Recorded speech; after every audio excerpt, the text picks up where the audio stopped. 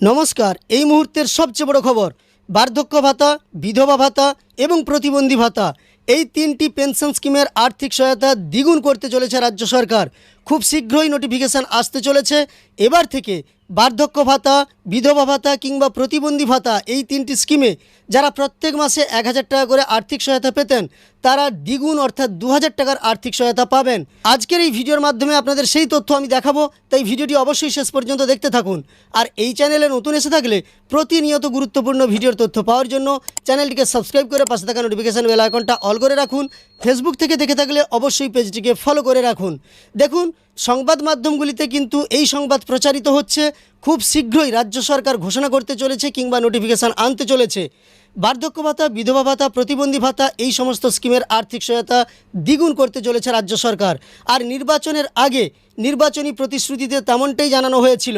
আপনাদের আমি কয়েকটা প্রমাণ দেখাচ্ছি। আপনাদের কাছে যদি মাতৃশক্তি ভরসা কার্ড এই কার্ডটি থেকে থাকে, যা আমি দেখাচ্ছি আপনাদের, তাহলে তার ঠিক উল্টো দিকে দেখুন, যেখানে নারী শক্তির ক্ষমতায়নের কথা বলা হয়েছে তার একেবারে নিচের দিকের একটি পয়েন্টে লেখা আছে, দেখুন, যে বিধবা ভাতার আর্থিক সহায়তা দ্বিগুণ করার প্রতিশ্রুতি। সেই দ্বিগুণ করার প্রতিশ্রুতি যেমন দিয়েছিল তেমনই রাজ্য সরকার পালনে ব্রতী হয়েছে।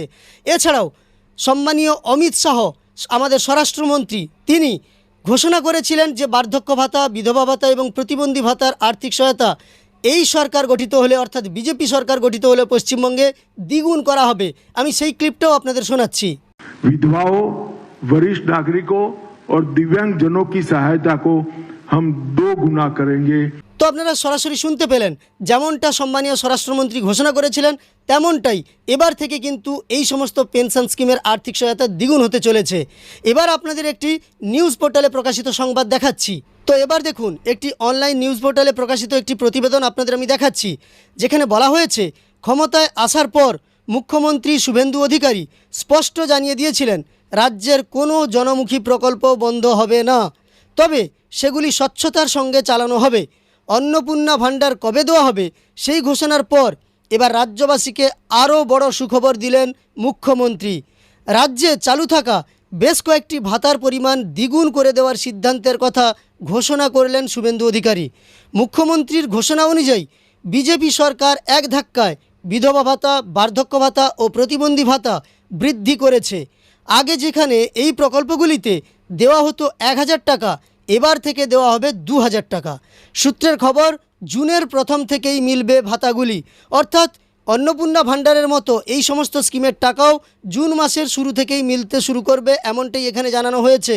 মুখ্যমন্ত্রী আগেই জানিয়েছিলেন 1 জুন থেকে মিলবে অন্নপূর্ণা ভাণ্ডারের 3000 টাকা, যেটা সরাসরি ঢুকবে বাংলার মহিলাদের অ্যাকাউন্টে। উল্লেখ্য, বিজেপি ক্ষমতায় আসার আগে নির্বাচনী ইশতেহারে একাধিক প্রতিশ্রুতি দিয়েছিল।